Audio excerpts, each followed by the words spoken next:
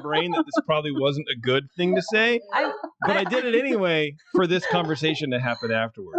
I'm trying to decide if I'm offended or not. It was excellent apology. I think it might be okay because Chewbacca's pretty cute, but He's I don't awesome. know. He is awesome. That's why.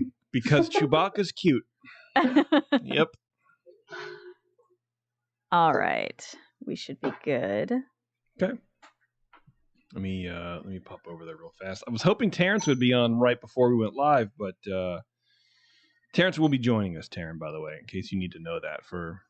We're good. We're good. Thank you. All right. I was trying to get Jeremy on here too, Kate, and but he's in Florida right now, and he's like, it's too late. I can't do it. I'm like, all right, fine. We'll give him a pass on this one. No. I guess. No. I think he was one of the ones that figured out one of the major clues. So, yeah. He definitely was. He did a great job. He did. Yeah. He had a good time. I know that he's working on his blog, so I'm excited to hear his side of it. I really wanted him on, but, I understand. It's late. It's late. It's late and it's Florida, so. Those are two excuses that you can always use to not do anything. Oh, it's Florida, man. What am I going to do? Florida. What are you gonna, yeah. No one knows what's going on down there. Yeah. That's right. No. Seriously. Okay. Here we go. Oh, Brian. Yes. Isn't Florida in the same time zone as New Jersey? Yeah, it is, Brian. But, it's Jeremy. So what are you going to do? He just In didn't a different mindset, though. Yeah. He just didn't feel like it. He just didn't want to say that. Right. All right, let's start. Here we go. Let's start. Here we go. Where's my... I think it's this one. Let's record. Guys, I pushed record this time. Great job. Thanks. It's an achievement, really. Thank you. I like unlocking achievements. That's what I do. Okay, here we go.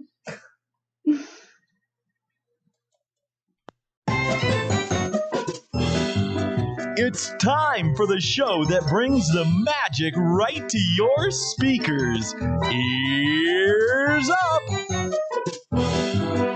Oh, yes. Welcome, everybody. Earzup Podcast. We are back on the air on the YouTube channel, on the podcast networks of the world.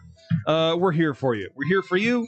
We're here to give you knowledge and, I don't know, maybe eat some hamburgers if you want to cook for us. I don't know. I'm hungry. I wish. Yeah. I just started realizing I'm hungry, and then now all I can think about is food. Yeah. Yeah. That is the problem with the time that we start and having a child. It gets complicated when it comes to eating. Yeah, it really does. It really does do that. Before we get to our usual blah, blah, blah that we like to do here on the show, mainly it's me and everyone else just listens because that's all I do is just go blah, blah, blah. I wanted to bring on Kate from the Walt Disney Family Museum to talk to us a little bit about their virtual escape room. Now, Jeremy and I had the opportunity to attend one of these for the Disney Media, you guys. Wow. We are officially Disney Media. How fancy. Don't get it twisted. We are a real thing. Anyway, so I wanted to bring Kate on the line here with us to talk a little bit more about it. Kate, welcome to the show. Thank you, Jason. I'm so thrilled to be here. And hi, everyone. Thanks for having me. You're welcome. You're very welcome. Yeah. Terrence, do me a favor. Could you crank down a little bit? Yep. Thanks, brother. Appreciate it. You're welcome. You're welcome. Just welcomes all around. You're the Oprah of welcomes. You get a welcome, and you get. Anyway, you get the joke. So, Kate, how long have you been working at the museum? I've been there for just over a year. So I started working about 6 months before the shutdown. Oh, boy. Super fun. Yeah. Not just navigating a new job and a new institution, but a new normal. That's another buzzword I think we were talking about for this year. Yeah. Was the virtual escape room sort of a pivot because of COVID, or was it something you guys were planning anyways? Absolutely. Yes. So we were hoping that we would be able to reopen in the summer, that this would just be a quick shutdown. Yeah. When we started realizing it would be a little bit longer than we hoped, we started looking at ways we could combine online group experiences with Walt's stories, and the escape room just blossomed into a reality.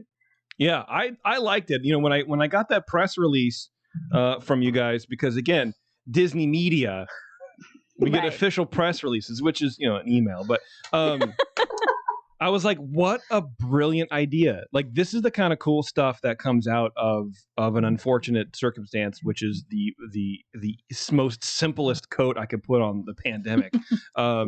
Is seeing this kind of stuff, and I think it's really cool. So for those of you who don't know, well, actually, why don't you just go ahead and explain this escape room a little bit, and we can talk about my experience. Get it back to me for a second. Back to Jason. Yeah, as fast as possible. Yeah. Yes, so it is an online virtual escape room. We welcome your group on a Zoom room, some kind of video call. Either myself or another one of our amazing facilitators are your guide. So we're a live, in-person, customized guide, and we introduce the experience and then get you started on our website. So all of the clues and all of your passwords and everything you need to solve, we have this amazing website that's been created just for that. It is really cool. It's very interesting to do, because we sort of all got in this room, and it was Jeremy. I brought Jeremy along, kicking and screaming. No, he was actually very excited. And then a few other folks from like Disney bloggers and influencers, I guess, is still a thing, and other podcasts and stuff. And we're all just hanging out in the Zoom, and we're like, how are we going to do this? And Kate's like, well, here's the website. So you click on the website, and and Kate, forgive me if I sound like I'm gonna spoil something. I'll make sure to scream at me or something. Yeah, please, because I don't want to do that. High-pitched scream. Yeah. Yeah. Perfect. Because I don't want to ruin it. It was a lot of fun, but basically there's photos and there's clues, and you got to solve the clues based on the photos. But there are some red herrings, things that don't make any sense. That's right. Very Here are fun. my notes. I took notes. Oh, wow. That's all you get. I love it. That's all you get. Here we go. Ready? Notes. That's it. And I was honestly very surprised, which sort of sounds like a backhanded compliment, but it's really not. If you know me, it's really not. It's actually a very good compliment, because I'm like, escape room, I don't know. It sounds cool, but in the context of going to a place and doing it, I'm like, I don't. That's not me. But virtual, I'll do anything virtually. I think that's great. Right. Anything you can do in your pajamas? Yeah, and well, I had to change my shirt, and I had a great time doing it. I thought it was really, really done very well. I thought you brought a lot of energy, and I had this thought while you're doing it. I was like, I could never work for the Disney Family Museum. There's no way, because I don't have that like tour guide, like, hey guys, let's keep everybody involved in the thing, and like, whatever, right? But it was a lot of fun, and I wasn't also sure how the group, there's no knowledge. I mean, Jeremy and I obviously knew each other, and a couple other people knew each other too, but how do you coexist and solve problems with people in this space without knowing these people? But it was actually really easy. It was I don't know. It was very cool. So everyone was really neat in the thing, and like I said, Kate, you did a great job pushing us along and kind of getting to the nuts and bolts of it. So did you plan the escape room? Did you do the puzzles, or? I did. Yes, I did. Wow. Come up with the whole spiel. Yeah, start to finish, all the puzzles. And I'm really glad you enjoyed it and found it engaging. You guys did have kind of a specific circumstance. We don't get a lot of groups that no one knows each other in the groups.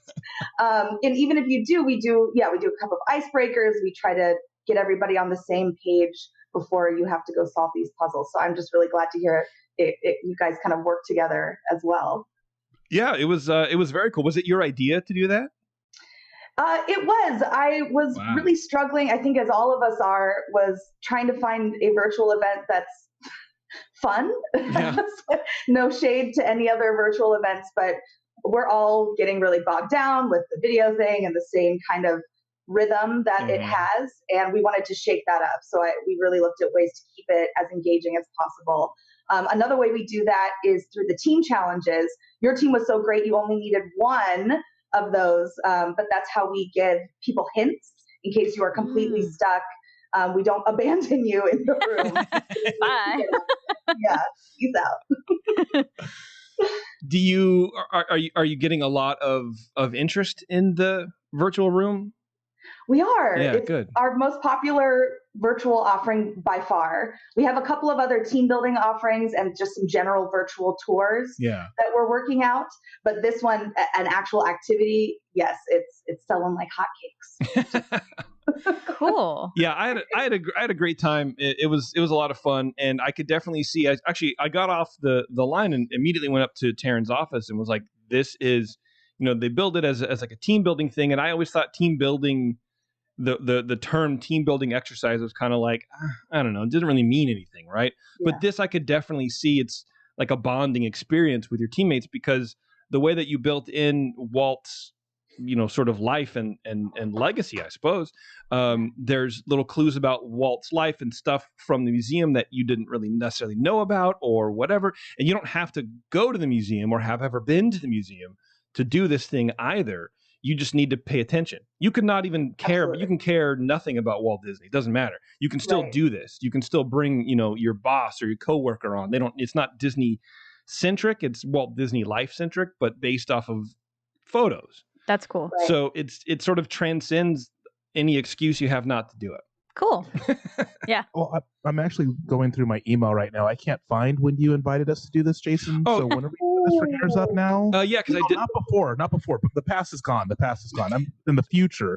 Would you We're going to say do this as Umbrella Ears Up team building experience? Is that what you're saying? Would you say the past is in the past and I should The let it past go? is in the past. Yeah. Yeah, you should let it go. Don't hold it back anymore. Come on. Well, how many rooms do you have, Kate? How many versions of this do you have? How many? We only have one right now. Okay. And you nailed it. So we wanted to create a room that even if you had no level of fandom with Disney, which I know to us is like, how could you? But those people exist out there. And so we wanted to offer them an experience as well. Yeah. So like you nailed it, Jason. We came at it from more of like a historical sense than like a fan sense. And I think that's the way to go. Reading that and going through it and processing. I think that's why I was so impressed with it, to be honest, because it's easy to go, here's a Donald Duck thing, or here's Mickey Mouse doing his thing, or whatever, right? But you didn't do that, and you're tying it back into the point of the Walt Disney Family Museum is to focus on Walt's life, not necessarily the Disney things that we all know about already, right? Exactly. Yes, Yeah. There is still plenty of Mickey, but it's not centered around him. Yeah. Walt, here's Walt's shoes, and they're tied in a specific pattern. Are they, yeah, whatever. Anyway, where can people learn more about the virtual escape room and how to, contact you for more info? Absolutely. So we are on all of the social medias at Walt Disney Family Museum. Please check us out. We have a website that's dedicated solely to the virtual experiences that we offer because in addition to the escape room and the team building menu, we also have animation classes and interviews with some amazing artists happening, and it's a wide range of prices and experiences. So we put it all on one page. It's waltdisney.org/virtual-experiences, and that's where you can find all of it. Perfect. That's awesome. Perfect. Kate, thank you. I'll let you go and free up the rest of your night. Thank you very much for joining guys. us. This was such a pleasure. Thank you. I hope to see you in the museum real soon. Me too. Let me tell you about it. Yes. All right. Bye. Excellent. Thank you. Bye. Yeah, it was cool. You guys would dig it. You guys would have digged in on it for sure. Digged it on it. Yeah. We can do it whenever. Whenever Terrence, you guys have you started taking the animation classes yet? Do I have access to kick her out yet, or is it just you? Never forget. Never forget. Hashtag never forget. Never forget. Gosh, that's so good. And actually, as I was saying that, I was picturing that picture. I don't know what's wrong with me. I do. I literally sat down today, and this is no joke, sat down today and wrote a song in 3 minutes. But I can't draw. I'm like uber creative over here, but I can't draw. Like my stick figures are horrible. I don't know what's wrong with me. Well, You're a And that talent. Eeyore isn't that bad. You know it's Eeyore, so it's not that bad. Actually, I thought it was Winnie the Pooh on fire. Shut your mouth. Look, everyone, it's Baymax with hair. It does look more like Baymax, actually. Yeah, what? That's Eeyore? Beverly, shut your mouth. Oh, it's so good. It is really good. And by good, I mean just It's been awesome hanging out with you guys. I'll see you guys later.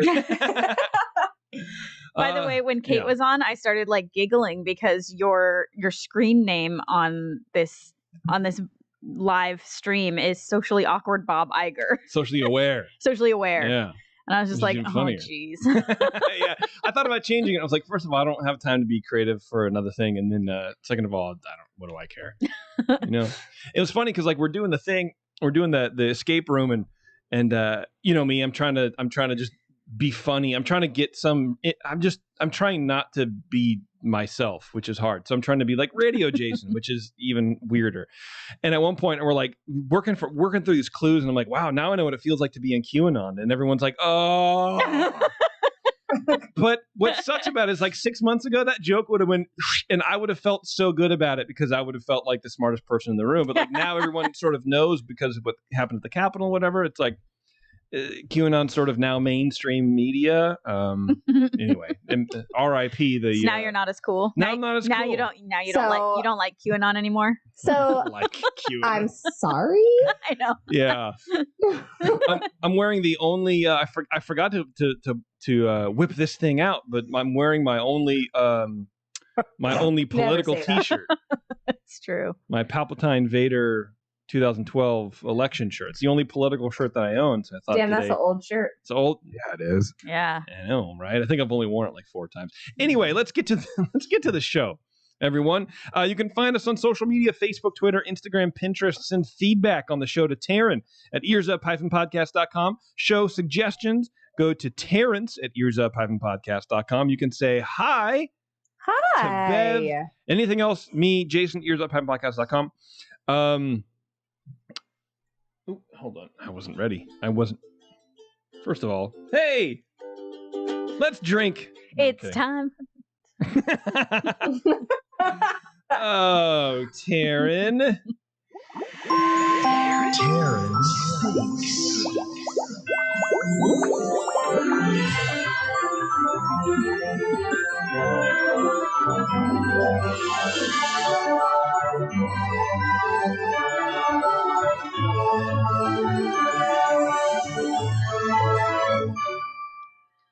So how come we say that we're gonna like eat chicken for dinner, but we don't say, "Oh, I'm gonna have cow tonight," or "I'm just gonna have some pig"? Anyone? It's fair. No, it's not. I mean, what's the difference? I mean, people say we're gonna have ham. Yeah, that's not the same. Don't you call pigs hams? No. I No, think that- who calls a pig a ham? I think the difference is there's multiple cuts of pig and multiple cuts of cow. Chicken breast. But chicken is still just chicken. Why does this do this all the time? You're not going to say, I'm going to eat a breast. So that's weird. You're a cannibal at that point. We're gonna have some breasts tonight, Right. and then I'll have some food. Like, I mean, But I feel like just birds, like, I feel like we should give them a little more respect. put some speck on their name. Yeah. Yeah, I'll write a letter to someone about that. Yeah, The respect, colonel. I guess the colonel. respect at the Look, neck. I thought it was fair. Oh my God, you guys, look what I just found. Check this out. Check this out. Wait, where'd it go? I Oh, can't here it think is. twice. Here we go.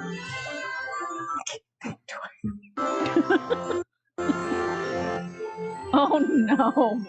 What did you do? I broke it. It was a Why is it playback just slider, and I was like, that just distorted? didn't really sound very good. Oh jeez. Anyway. Did There you you break go. it forever? No. Yeah, maybe. Well, it was a good Terrence Thinks. Speaking of Terrence Thinks, those Patreon supporters that are at the $12 level are about to get a brand new Things Taryn Googled. I got up off my lazy butt, and I did this for Jeremy. So That's right. you're welcome, Jeremy. Yeah. Well, and then I realized like only the Patreon folks have access to the things Taryn Googled, especially from last year, the 2019, the very first one.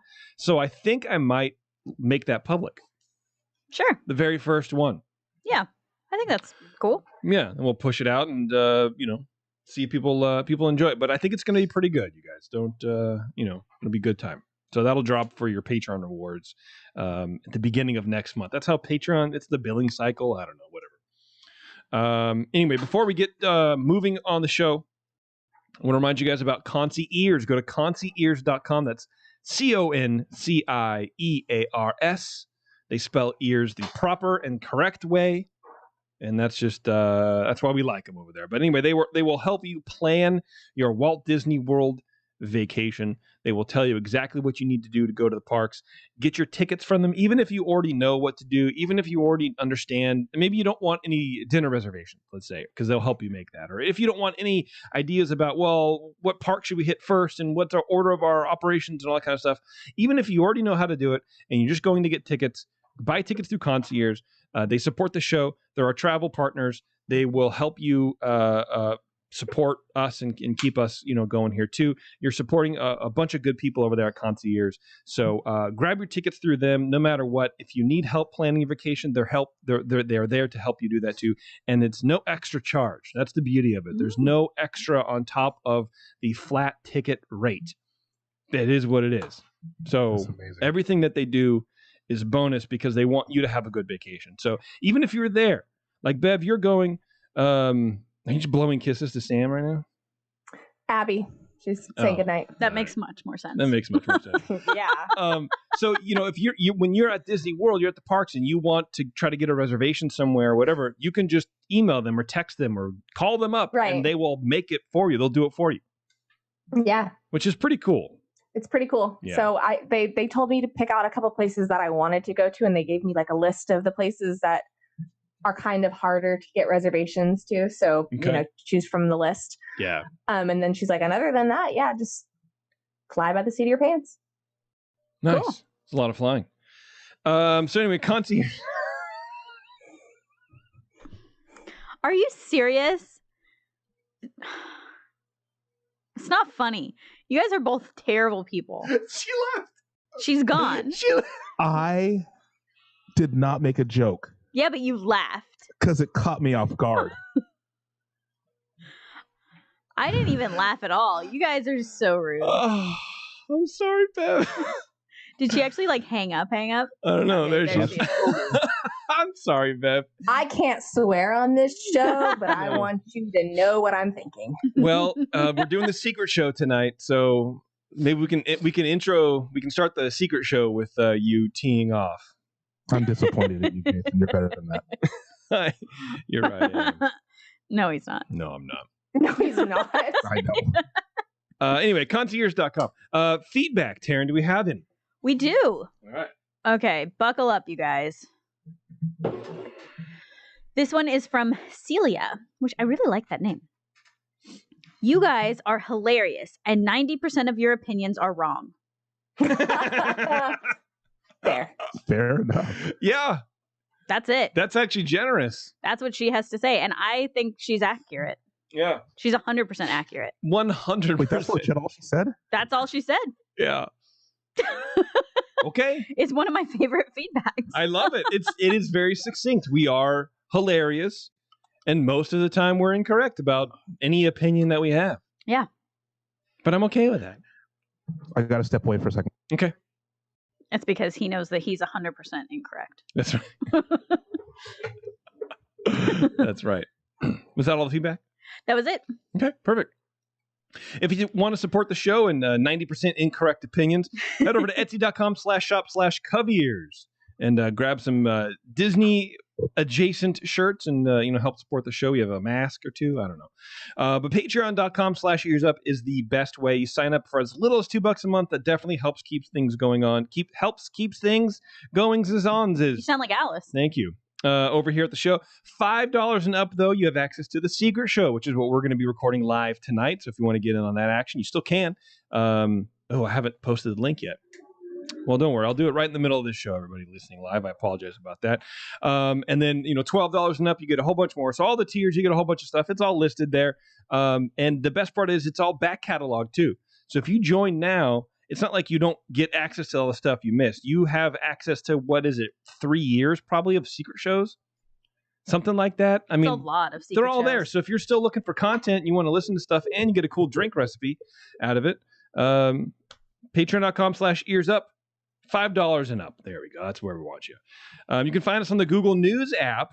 Go to the following section and search Ears Up and follow us on Google News to get the most recent blog post. Eric from Concierge, also Supreme Resort, has been writing a bunch of blogs and news stuff for me. So that's really, I appreciate it. He's doing a good job because I am not, I don't have time to do it right now, but I definitely want to get back to writing some stuff. So, but he's keeping us afloat over there, and it's a good time. All right, let's see. I think that's all the house cleaning we have. Taryn. Yes. It's a show for you tonight. It is. Woo! All right. What are we talking about tonight? I didn't even intro it. No, so today we are talking about the history of the Viewliner. The Viewliner? What's the Viewliner? Exactly. It's a thing that not many people have heard of. I had not heard of it until I randomly came across it one day. And let me just say that it was let's call this an addendum to the history of the monorail. Okay, I love it. So here we go. All right. Driving, flying, boating, bobsledding, inner tubing, riding a train or a doom buggy, captaining a ship, or steering a canoe. These are just some of the many forms of transportation that you can find at Disneyland. Now, since the beginning, the method by which a person gets from one place to another has been one of the most common types of attractions at our favorite park. While we may not think about transportation as much these days, in the 50s when Disneyland Park opened, transportation was on everyone's mind. Engineers were coming up with lots of new ways to get around, and Walt Disney wanted to showcase all of this at his park. At the time that Disneyland opened, nearly every conceivable form of transportation was represented. Steam trains, fantasy trains, rockets, ships, boats, cars, you name it. But Walt, unsurprisingly, felt something was missing. Luckily, in the early days, there was plenty of space in the park, and in fact, there was a quite large space that had been previously taken up by the Mickey Mouse Club Circus, which was so poorly attended that it closed after only 10 months of being open. So what would be the perfect attraction to go in this empty space? Well, a train, of course. Now, even with the Disneyland Railroad and Rainbow Cavern's Mine Train and Casey Jr., Disneyland just didn't have enough trains. Walt now wanted to showcase a train of the future. Now, maybe you're thinking, okay, well, we've already done the history of the monorail, so what gives? Well, we're actually not talking about the monorail, but we will a little later. Before the monorail opened, there was a short-lived train attraction called the Viewliner. This train was on a 2-rail system and consisted of 2 streamlined trains running on a continuous loop between Tomorrowland and Fantasyland, and passed by several attractions along the way, including the Motorboat Cruise, Junior Autopia, Regular Autopia, the Rainbow Cavern Mine Train, and it even paralleled the Disneyland Railroad at times. So if this train is going to literally pass by 2 other trains, then why do we need another train? Right. Well, it's simple. It's cheap, it's easy, and it'll take up space. I love it. Now, Walt tasked Bob Gurr with designing the train of the future with the intention of it being a short-lived attraction with an inexpensive track. Now, this was partially because Walt was aware that technology, especially in transportation, was always advancing, and he wanted an inexpensive attraction that could be easily refurbished or replaced with a new, more modern version. Eventually. Right. In 1956, airplanes and automobiles were the way people got around.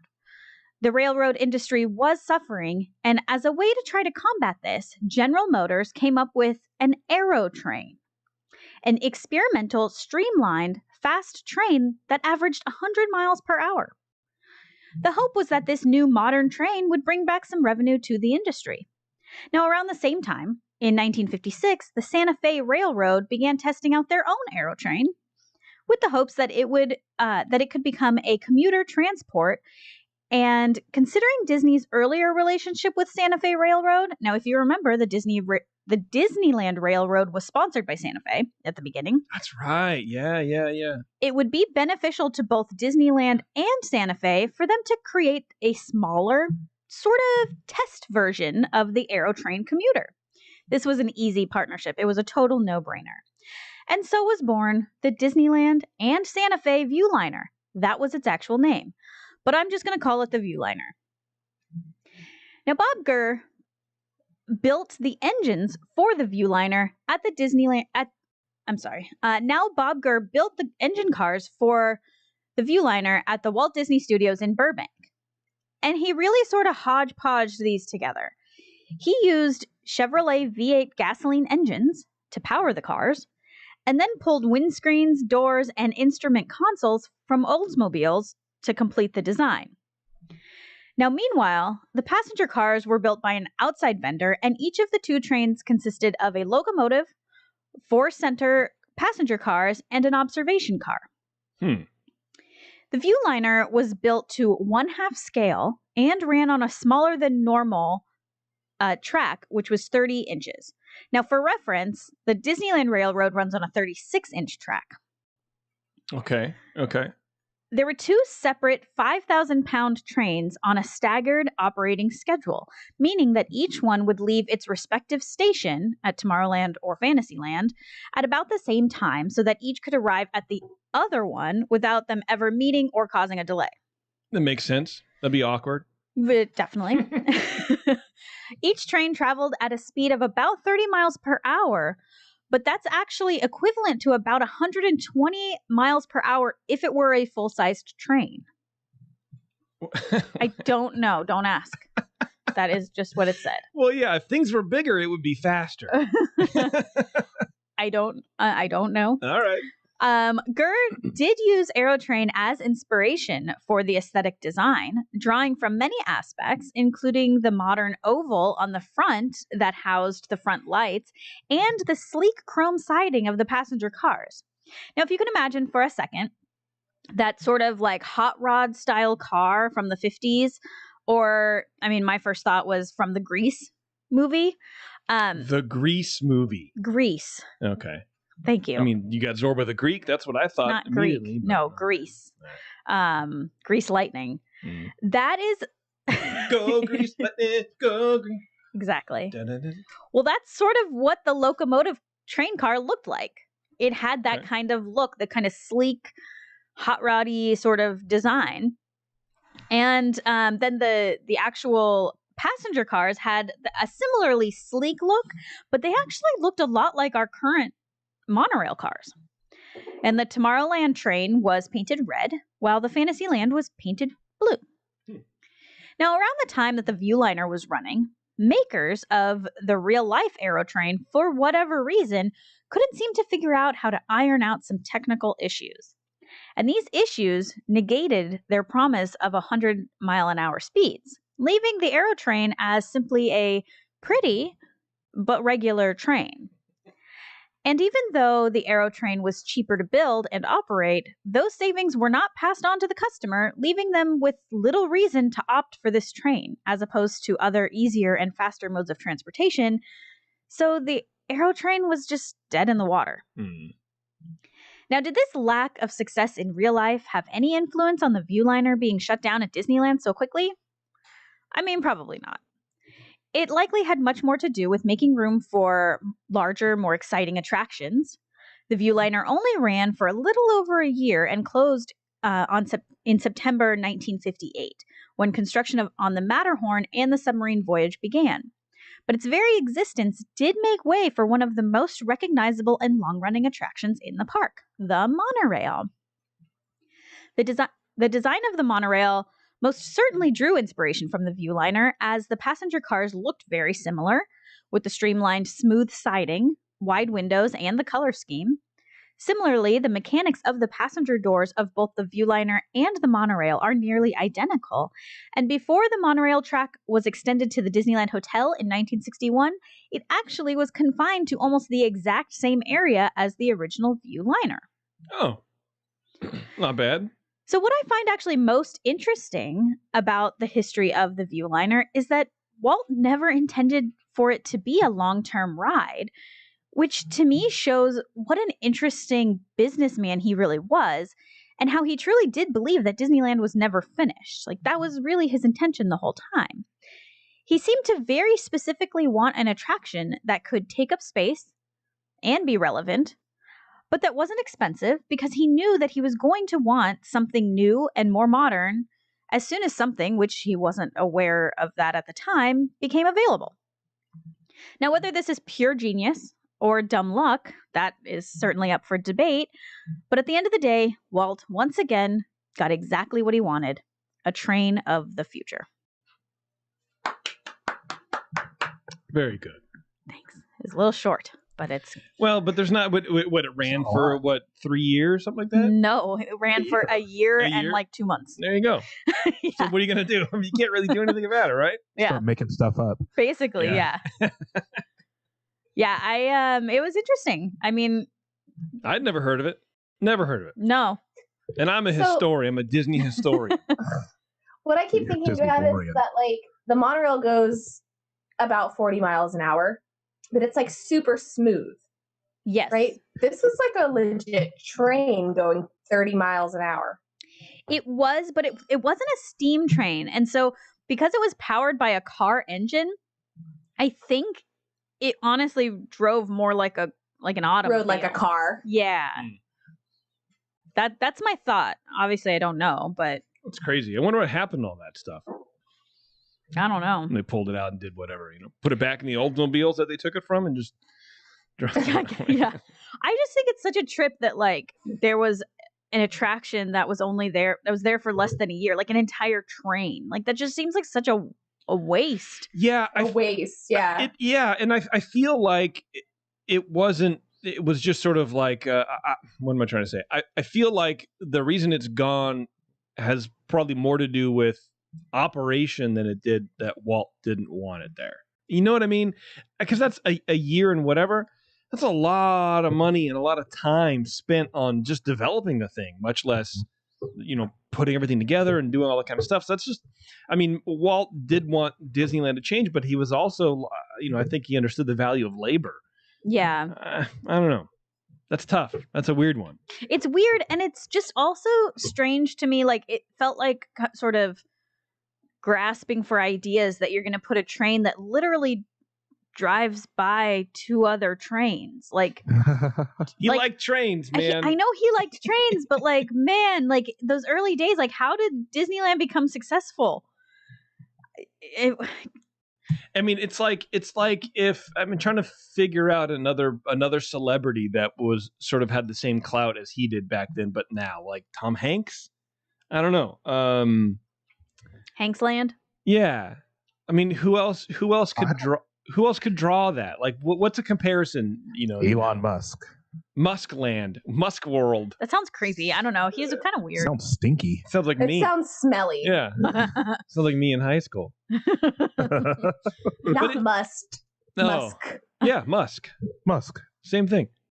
Musk is still a smell. It's very muscular. Oh God. I don't know.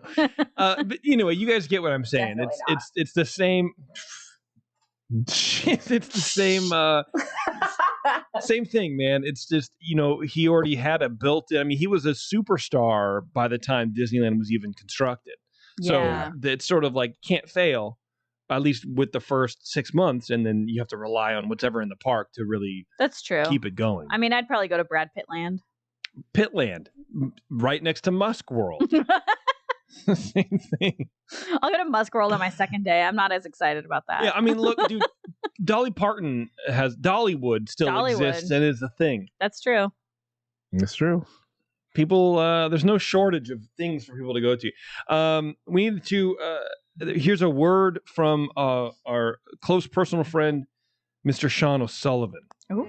Hello, it's Sean O'Sullivan, the brewmaster and co-founder of the 21st Amendment Brewery, and we are proud to announce a fresh addition into our Hell or High series of beers with Hell or High Pomegranate. Our California Bay Area brewery has done it again, creating a crisp and refreshing wheat beer that pairs well with the season. Hell or High Pomegranate is made with real fruit and is sweet with a slightly tart finish. It's a perfect beer to enjoy during this time of year and can brighten any rainy or wintry day.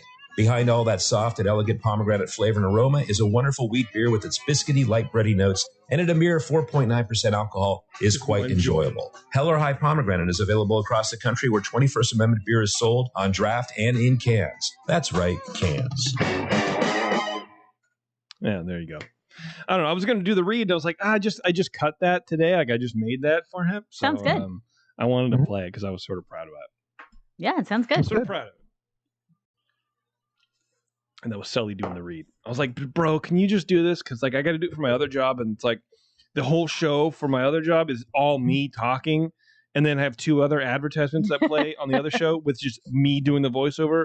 And so he helped me out. That's nice. Yeah, it really is, man. All right, let me get back to my agenda here for a second. We did the Viewliner. Let's do a little bit, and I mean a very little bit, of something I like to call this.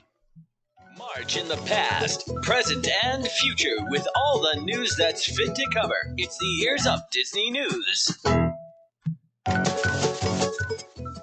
We actually have quite a bit of Disney news to cover, and so, it's up to you guys how long we go.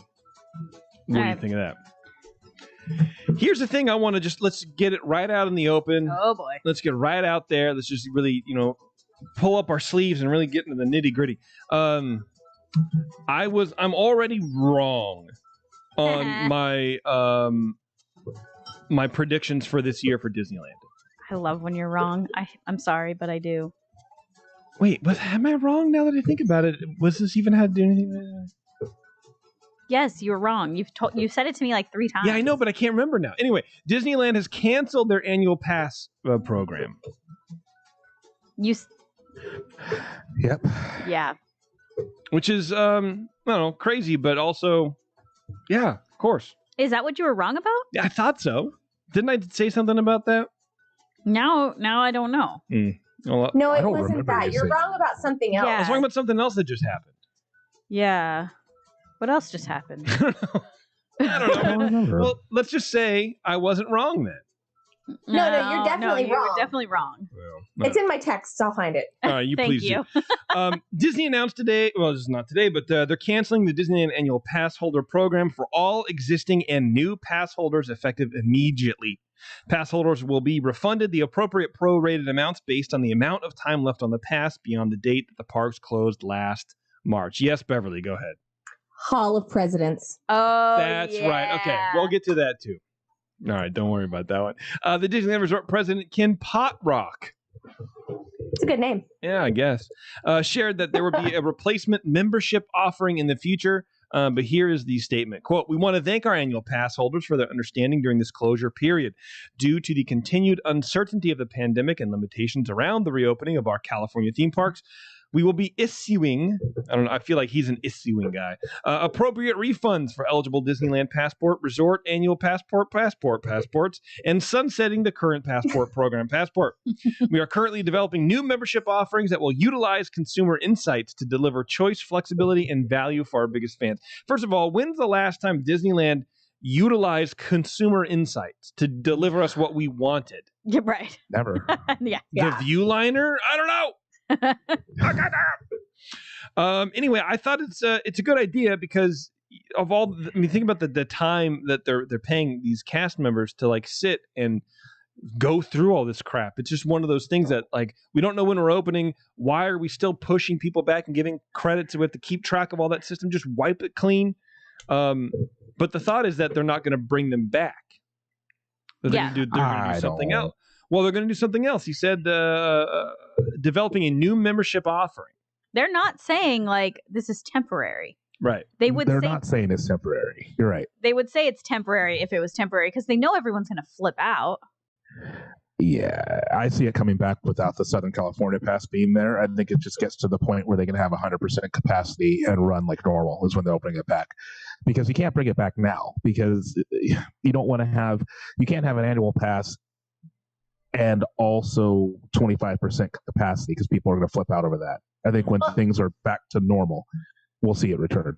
And they also had those 2 passes that were virtually the same, but one of them was a reservation. But now you have to make a reservation regardless. So you have some people paying $800 and some people paying $500 for essentially exactly the same thing. Yeah. Exactly. Yeah. Well, and I read something somewhere that we should not expect them to come back anytime soon because they don't need to. They don't make money. They don't make as much money on passes as they do on individual tickets. So until people stop buying individual tickets, which is going to take a while because the demand is going to be so high, we're not going to see those come back for a while. There's no reason to. Right. There's no reason to. But that sucks. Well, that's a really good point, though. That really is a good point. You are going to be paying full price until they determine that you're not going to be paying full price. I wouldn't be surprised if the parks opened and there is no, quote unquote discounted way, right? Like if you really milk the annual pass program, you can get, discounts, right? You hit a certain number of entries and then it's free. I would be surprised if they do that before then. You know what I mean? They want you paying full price. You got to go and give us your money. A couple months, 2, 3, 6 months, maybe. Oh, I think after Disneyland's open, then maybe they'll be, here's how to ease off a little bit. But I think it's going to be years. And honestly, it's the annual pass program in whatever I read, which made a lot of sense to me. It's the annual pass program that actually pushed them towards this because they kept raising the price. They kept raising the price and people weren't canceling. And so they're like, oh, people will pay whatever we ask them to. So if we take this away, they'll pay full price. They're still going to come. Yeah, for sure. I think they might take away the payment option. I don't think that they're going to come back for. I'm going to predict. Here we go. 3 years from the time Disneyland opens. Yeah, that's fair. Actually, I don't see them coming back with the Disneyland annual pass program. It'll be they're calling it a membership program. It'll be something like that. It'll be something similar, but it won't be the same thing. But that's what I'm saying. I don't think any of that's coming back for 3 years. That's my prediction. Yeah, I don't think it's coming back. Oh, you're saying they're not going to have any sort of membership program at all for 3 years after? I think it's way too long. I'm saying 6 months. I'm saying they don't need to from a business standpoint. They don't. Well, I don't know that. I mean, it depends on what the initial rush back to Disneyland is going to be. I think they're going to be at capacity for 10 days. I'm on record as saying that, so I can't really talk too much about it. But I think after that, it's going to kind of dip. I think Disneyland, without those annual passes, they I don't want to call it an attendance problem,